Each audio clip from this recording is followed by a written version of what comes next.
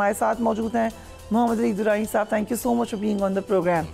سو کافی چیزیں تبدیل ہوئی آپ کی ہمارے لاسٹ پروگرام سے اب تک, لیکن پی ٹی آئی کا اسٹیٹس تو کوئی تبدیل ہوتا ہوا نظر نہیں آ رہا. اس وقت تک بھی وہ اسی طرح مشکلات میں گھرے ہوئے ہیں جس سے پچھلے 2 سالوں سے ہیں. بسم اللہ الرحمن الرحیم. اس وقت اسٹیٹس کو ہے, یہ آپ کا صحیح انالیسس ہے. اس وقت عوام کی نفرت کا بھی اسٹیٹس کو ہے. اس وقت پی ٹی آئی کی مشکلات کا بھی اسٹیٹس کو ہے.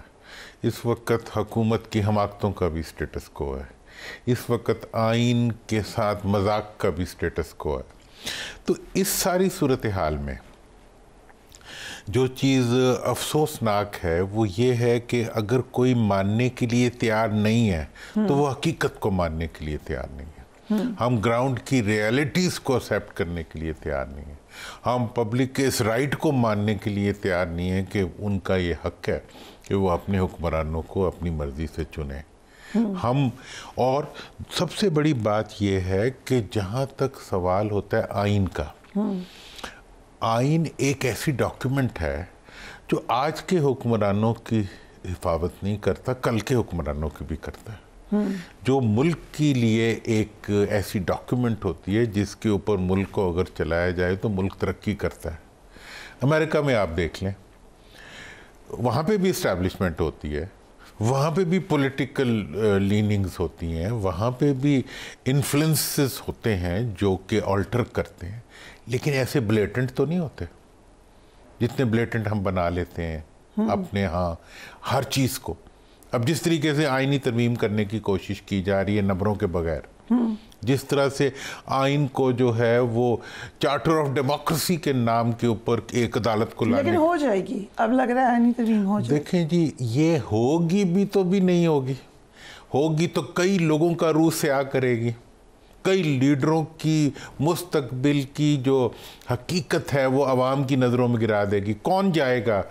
آپ کا خیال ہے کہ مولانا اس طرف چلے جائیں گے؟ یہ میرا کویسچن ہے آپ سے, بیکاز آپ ان سے بات چیت کریں. میں تو لیکن میں کتنی بڑی قیمت ہے جو وہ ادا کریں گے. But what do you think? چلے جائیں گے میرے سے تو اگر وہ پوچھیں گے اور میرے سے اگر مشورہ جیسے وہ مہربانی بھی کرتے ہیں, میں تو انہیں کہوں گا کہ عزت اور مستقبل کی سیاست جو ہے وہ ان کا انہوں نے کہا کہ میں ایکسٹینشن کے خلاف ہوں لیکن آئینی عدالت ہونی چاہیے. ان کا اوپینین ہے, وہ بنانا چاہتے ہیں. آئینی عدالت ہونی چاہیے. آپ کا بھی یہ اوپینین؟ میرا یہ اوپینین ہے کہ آئینی عدالت اس وقت ہونی چاہیے جب پارلیمنٹ اس کو چاہتی ہو.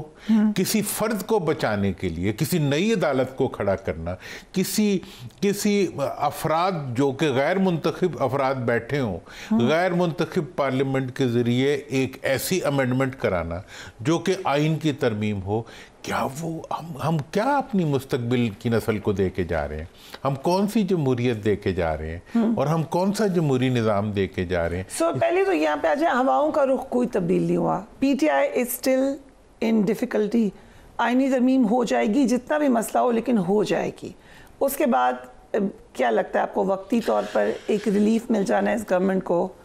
دیکھیں میرے خیال میں اس وقت جو ہے وہ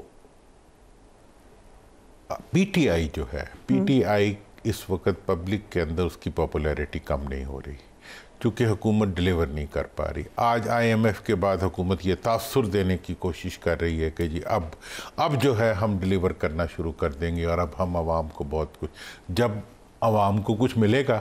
ابھی تو انہیں وہ بجلی کے بل ہی مل رہے ہیں جو وہ دے نہیں سکتے, اور انہیں وہ ساری معاشی مشکلات مل رہی ہیں جو ان کے اندر نفرت کو اور ریئیکشن کو جو ہے بڑھا رہی ہیں. اس وقت جو ہے وہ یہ سمجھ رہے ہیں کہ جن کے ساتھ وہ کھڑے ہیں ان کا راستہ روکا جا رہا ہے. تو یہ پی ٹی آئی کے ایک فیوریبل کنڈیشن ہے ان کے لیے, چونکہ پی ٹی آئی اس وقت جو ہے وہ عوام کے سینٹیمنٹ کو رائٹ کر رہی ہے.